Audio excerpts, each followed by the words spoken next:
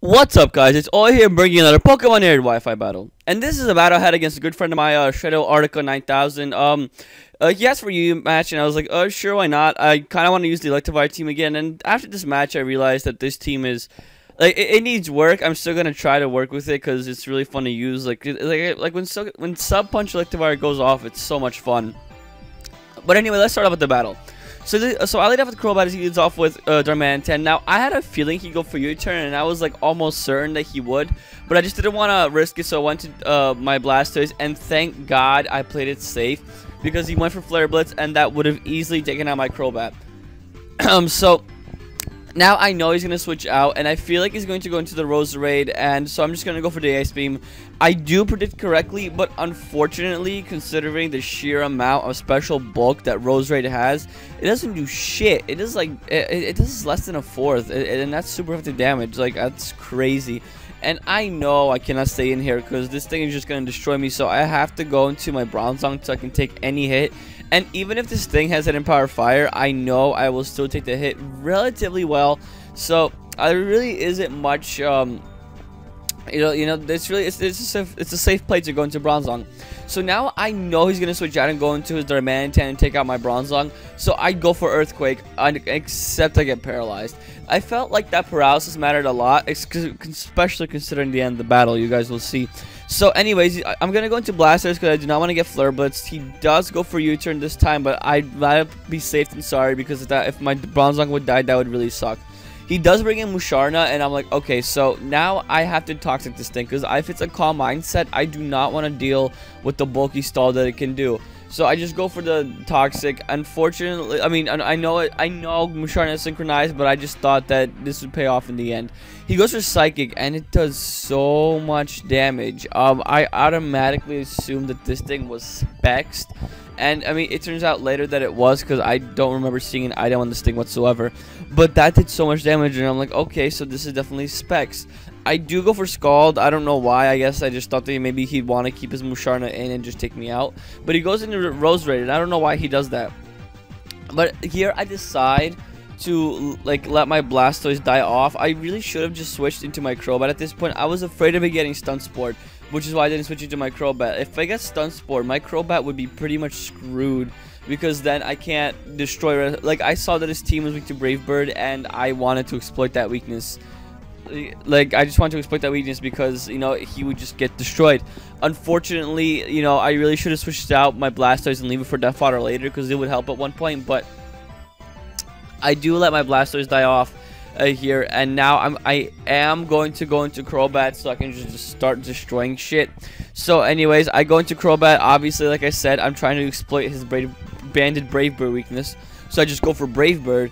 He goes into Snorlax, and I'm like, okay, I wonder how much damage I can do to this thing with Choice Banded Brave Bird. And it does so much damage. Unfortunately, since Snorlax has a huge HP stat, wow, okay, I totally lost my train of thought there. Unfortunately, due to its huge amount of HP, I take a shit ton of recoil damage. That's what I'm trying to say. I take so much recoil damage, and here he goes into Donkey Kong. Here he goes into his Darmanitan again, and unfortunately, like I said, I wish I fought him. Save my Blastoise for Death Fodder, because if I did, I would have been able to go into it, let it die off, and then still go into Nidoking, and I still have a full HP Rotom on the field. I mean, in the backs, I guess, waiting. You know what I'm trying to say. Like, waiting in the backs, I have a full HP Rotom. But in either case, I go into Nidoking. I know he's going to switch out because he does not want to take an Earth Power, and I just go for Fire Blast, predicting the switch into whatever. I mean, it's great that I killed off this Roserade because, you know, now it doesn't have to wall me. So now he goes into his Scrafty. I'm like, okay, I'm going to go for Earth Power, trying to see how much damage you can do. So, I do get a crit, but I feel like that makes up for that whole Thunder Wave miss because, not Thunder Wave miss, for that paralysis on Bronzong. Because that, like, in my opinion, that really mattered because I went for Earthquake, and I really totally could have just almost destroyed that Darmanitan. And that thing is so powerful, and it outspeeds everything on my team. That's just why I feel like it's so important, because it just destroys everything on my team.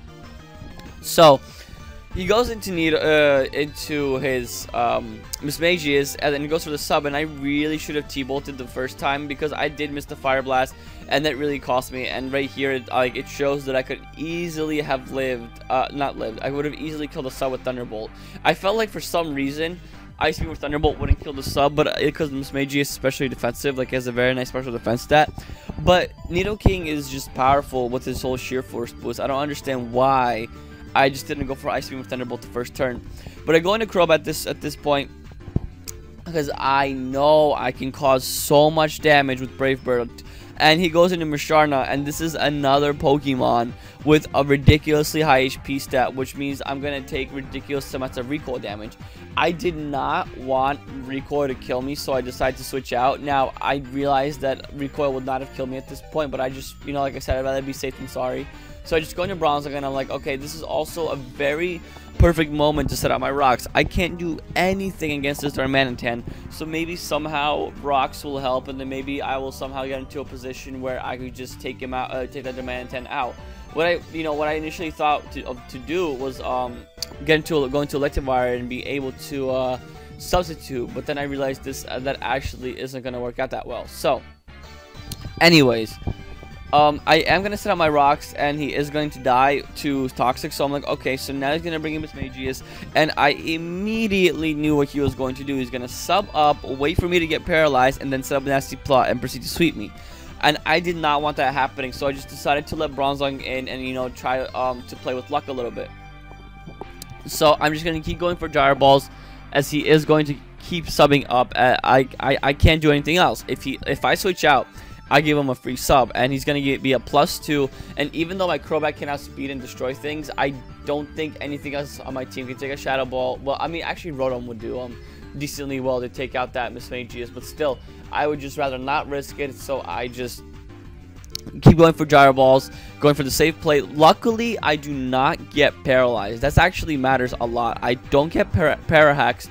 So now I keep getting leftovers, and due to that sheer amount of leftovers that I've received at this point, due to him just keep going for subs, I just keep getting my HP back, which is great because now I can actually live the Shadow Ball and kill him off with Gyro Ball. Now, like I said, I got really lucky that I haven't gotten paralyzed at this point, but I mean, like I said, it's just a game.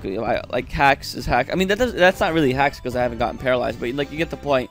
I got lucky that I didn't get paralyzed, so all he has left is his Darmanitan, and I realized, I'm like, how am I ever going to be able to kill this thing? Like, I have no idea. He goes for Flare Blitz, takes out my Bronzong, that's an obvious thing. So, now I just go into my Rotom, thinking maybe he's Adamant Scarf, so maybe my Timid Scarf Rotom can take out this, Darmanitan or something, and unfortunately, it does not, because he is obviously Jolly Scarf.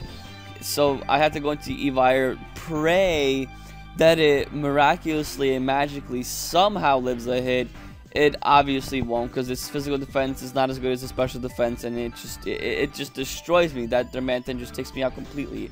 So all I have left is a freaking Crobat at 63 HP. I know I can't outspeed because he's Scarfed, or 62, whatever. So that's good game, Strato. It was really close. It was a 1-0.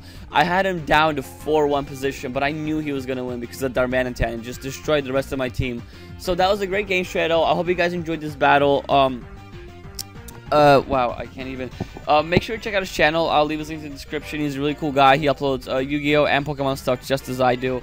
So anyways, guys, hope you enjoyed this battle. If you did, make sure to leave a like and comment. I really appreciate the likes and comments. That would really help out.